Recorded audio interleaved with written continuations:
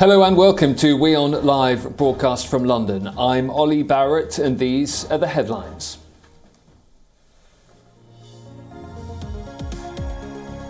Kiev says 5 people have been killed and more than a dozen wounded on Russian strikes on a war-scarred town in the east of Ukraine.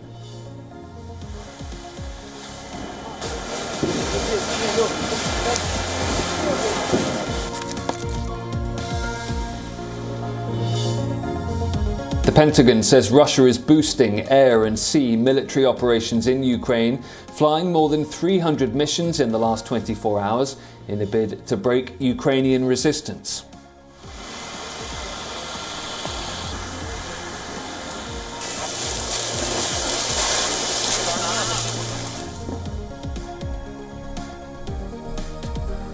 Moscow rejects US claims it may be preparing to conduct cyber attacks in response to Western sanctions and says it does not engage in banditry at state level.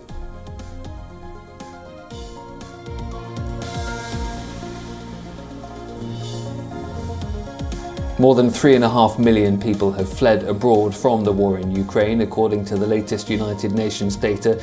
Eastern Europe is scrambling to provide those people with care, schools and jobs, as daily numbers crossing borders ease in some places.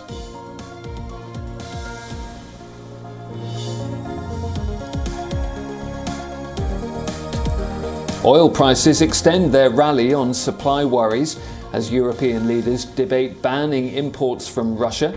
Equities have been advancing in places despite a tepid Wall Street lead and the prospect of a sharper hike in US interest rates.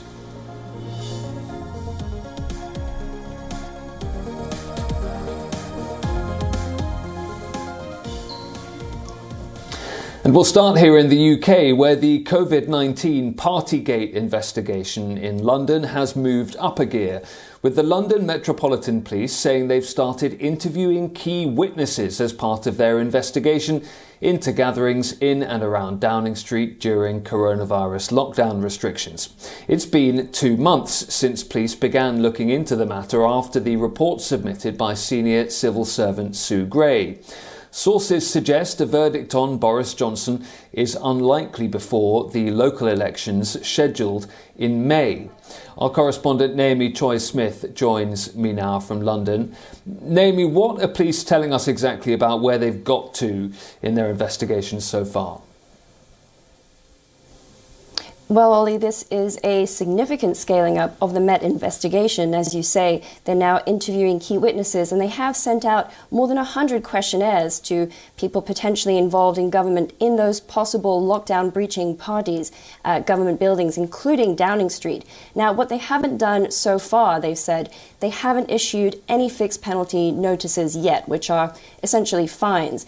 And we do understand that the Prime Minister himself, Boris Johnson, has not been interviewed as things stand today. But it still is extraordinary, if we just go back a moment, that a sitting British Prime Minister is the subject of an active police investigation. This is an investigation into about 12 potentially lockdown breaching parties, at least 3 of which the British Prime Minister is alleged to have attended, up to about 6 that he may have attended himself. So the investigation is moving apace, perhaps not as fast as some critics would like. You mentioned it's been nearly 2 months since it began, but this is definitely a scaling up of that. It's a big step forward, and this will be time consuming as the police have to cross-reference the questionnaires and the stories of people they interview. So certainly not wrapping up anytime soon, but the next phase forward.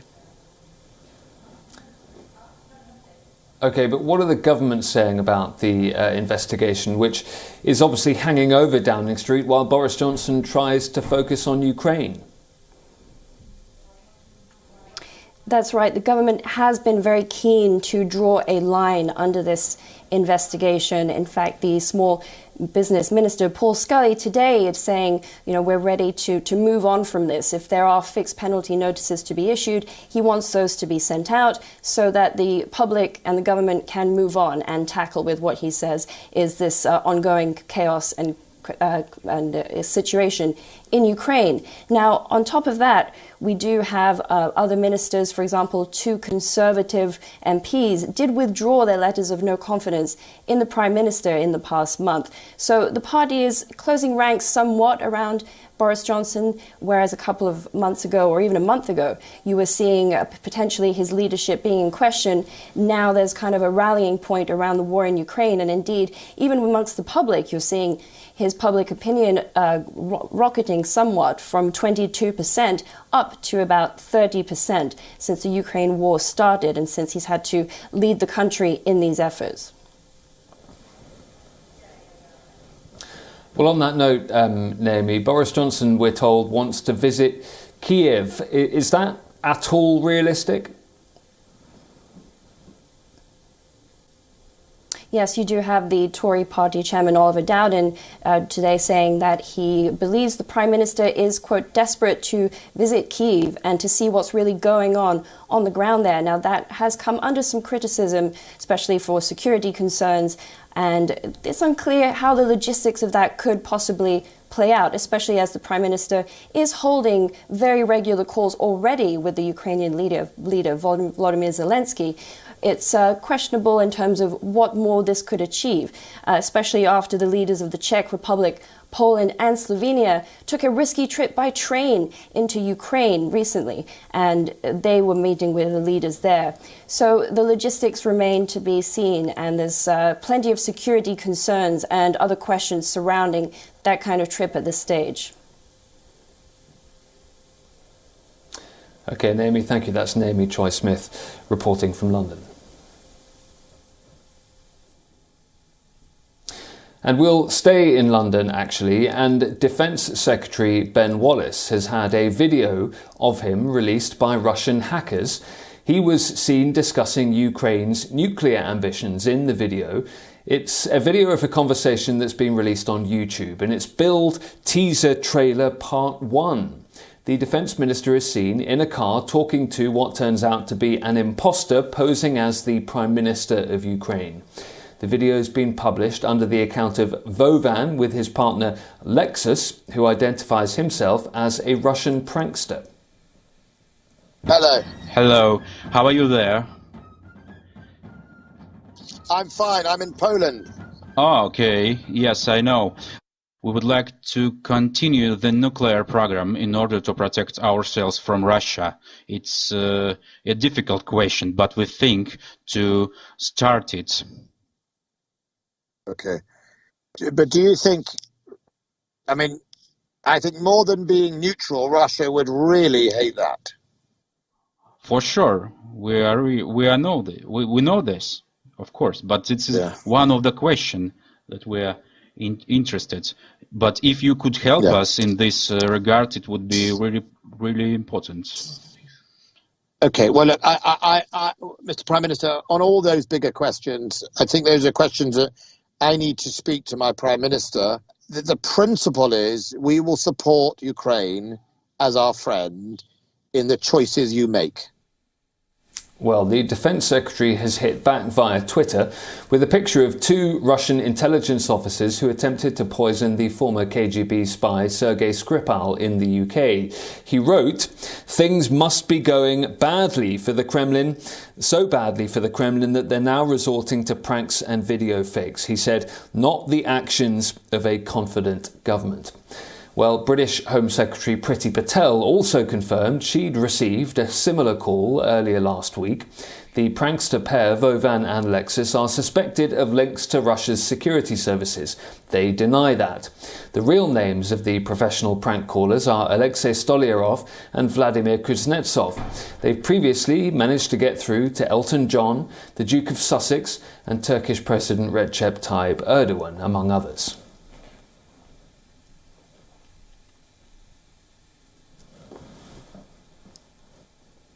The Russian journalist who recently protested Moscow's invasion of Ukraine during a news broadcast is now being accused of being a British spy.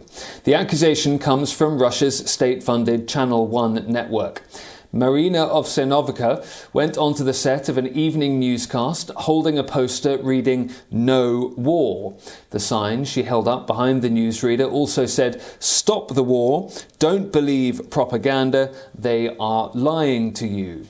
Russian officials accused her of staging an unauthorized demonstration. She was subsequently detained, fined 30,000 rubles and freed pending possible further prosecution. She turned down a French offer of asylum. The head of Channel One's news division, Kirill Klemyanov, has accused the producer of colluding with the UK to betray her country. He appeared on air, claiming that Marina had been in contact with the UK embassy before her protest and saying she betrayed her country and its citizens. The channel also insists that Marina financially benefited from the protest. No evidence was provided for that claim. Russian state media is tightly controlled by the Kremlin and is a vital platform for the Putin government. It portrays the invasion as a special military operation and a mission to denazify Ukraine. A recent bill outlawed describing the conflict as a war. Many foreign media outlets decided to leave the country as a result. Thousands of Russians have been detained for taking to the streets to protest against the war. Ovsenovika said she protested to expose Russian state media and to open Russian eyes to propaganda. The 43-year-old, whose father was Ukrainian, says she has no plans to leave Russia.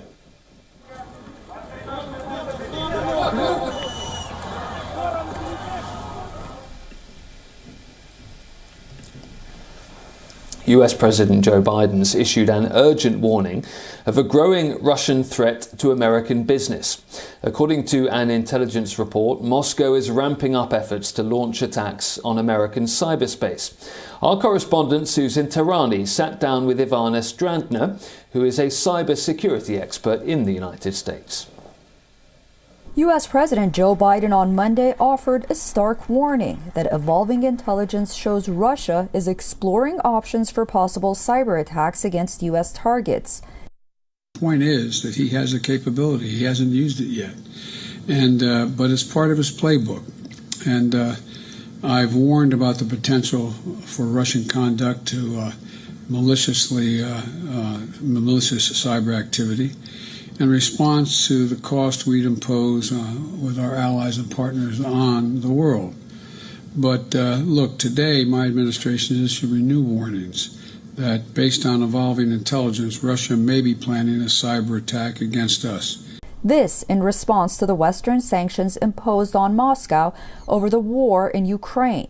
According to Dr. Ivana Strandner, who is an advisor to the Foundation for Defense of Democracies, Moscow's cyber attacks, which have been relatively limited so far, will likely become more aggressive as the country's economic conditions deteriorate, notably since Russian President Vladimir Putin described sanctions as an act of war. The real question that we need to ask ourselves is how it's going to benefit Russia, because Russian military it's notorious for its hybrid warfare that includes not only kinetic use of force, but also information security tools. And given that it's very, very unlikely that Russia will use any kinetic use of force against the United States, this is a wonderful opportunity for Russia to retaliate in cyberspace. And make no mistakes, Russia is certainly a cyber superpower and that pays special attention to information security. Russia has shown that it's very capable of strong and powerful cyber attacks. And how prepared is the United States for a cyber attack by Russia? The United States is certainly one of the most powerful cybersecurity countries in the world. And at this point, there are several things I think that we have to do. Number one thing is, I think banks and different financial institutions might be at risk.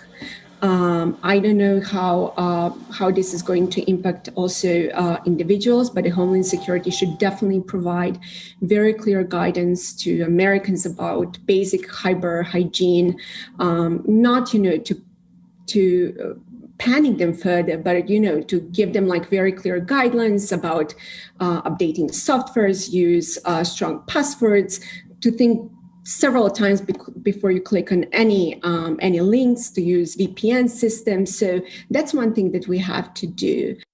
In Europe, Italy's public sector will be instructed to replace the Russian antivirus software Kaspersky to prevent disruption of services. Just last week, Germany's cyber watchdog BSI warned against using Kaspersky amidst Russia's threats against the EU and NATO.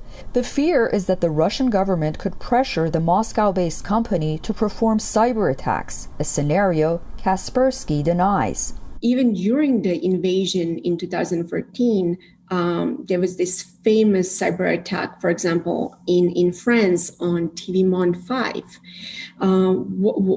What does it mean? It means that Russia certainly will use every possible tool to weaponize internet, to disrupt Europe and to distract Europe and our allies from what's happening in Ukraine.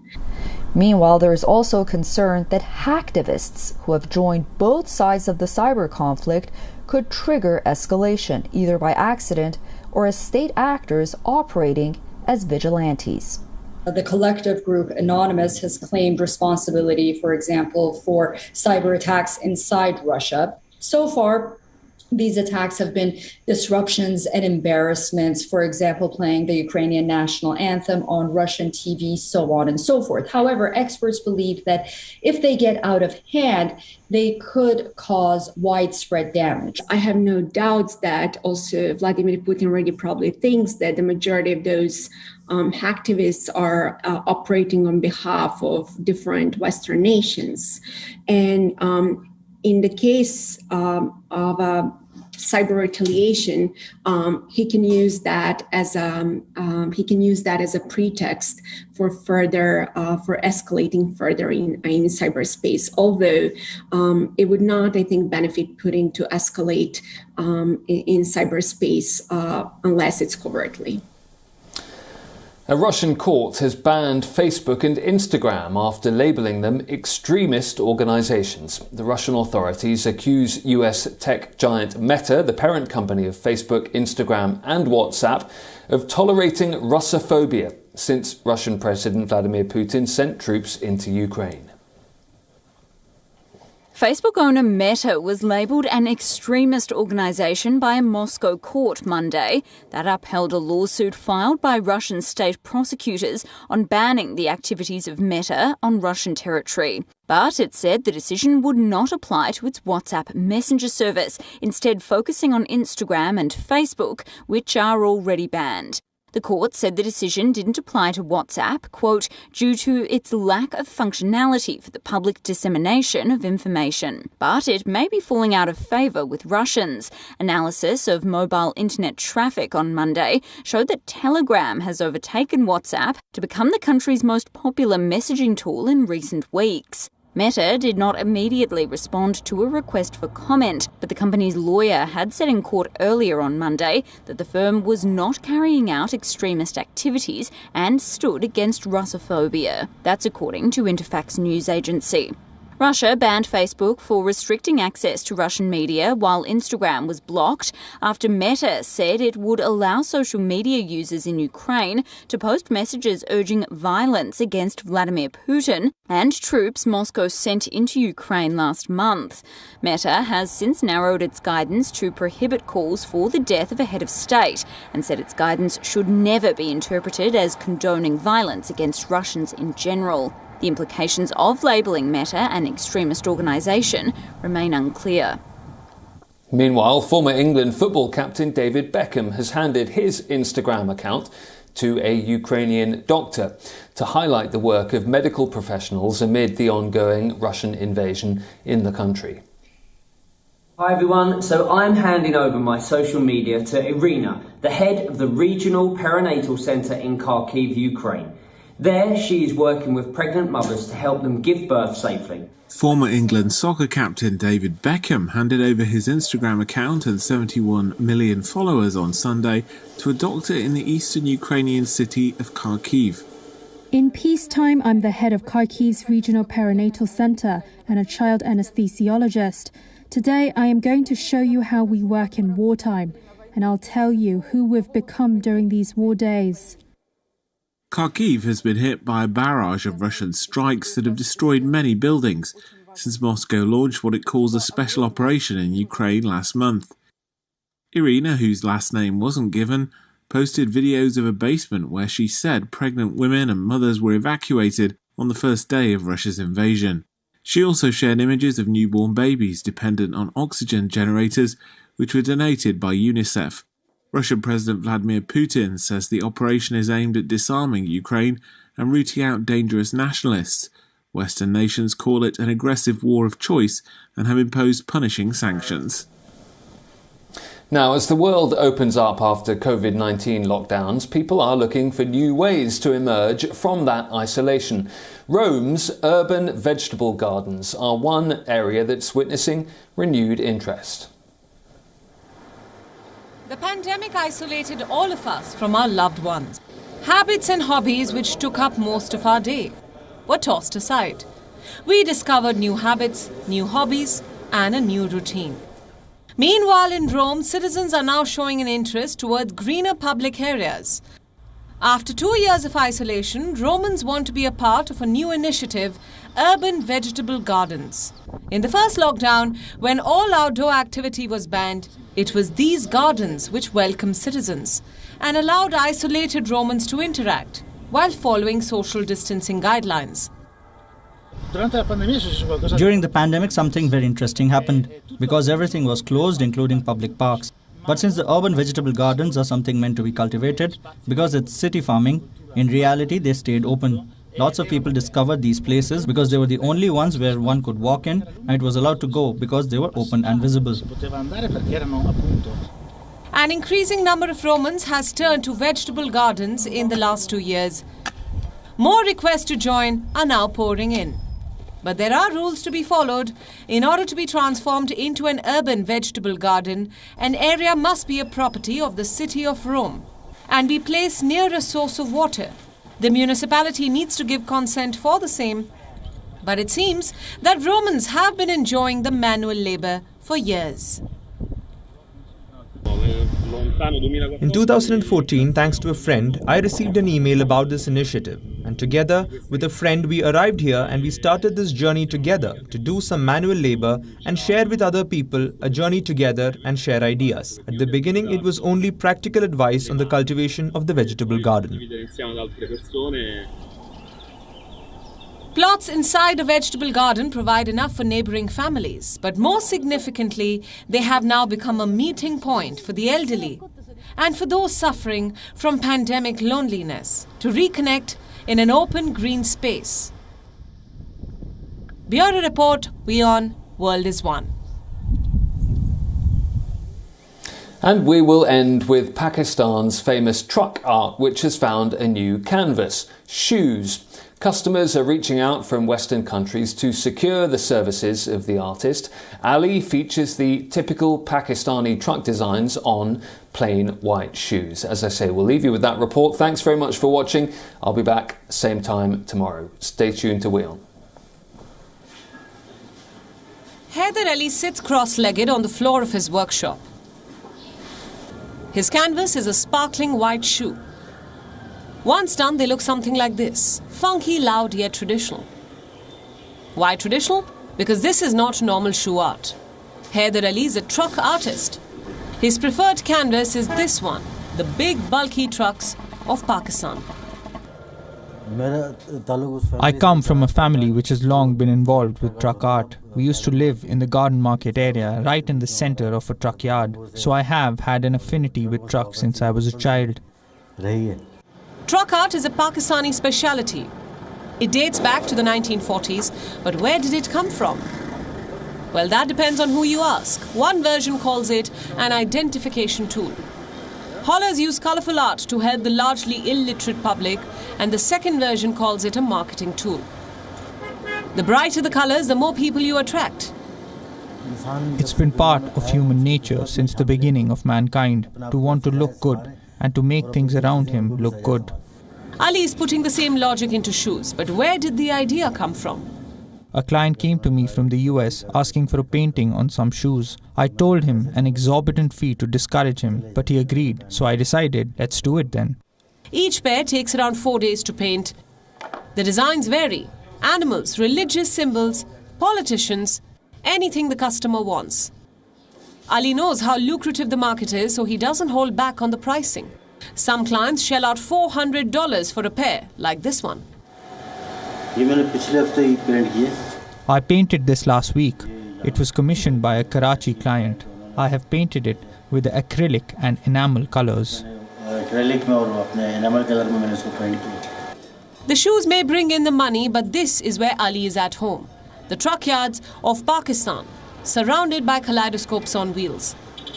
Truck Art catapulted him into global fame. In 2002, Ali's work was exhibited at the Smithsonian Museum in America. He's painted a Volkswagen Beetle, a plane, and even a woman's body. Much like the trucks, shoe art is not permanent. After 3 or 4 years, it will chafe, crack, and fade. But when it does, there will be a new canvas for Haider Ali. South Asia Bureau, WION World is One.